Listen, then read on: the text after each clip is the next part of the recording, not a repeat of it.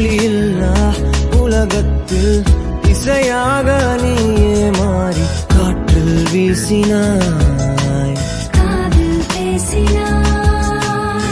மொழியில்லா மௌனத்தில் விழியாலே வார்த்தை கோர்த்து கண்ணால் பேசினாய், கண்ணால் பேசினாய்.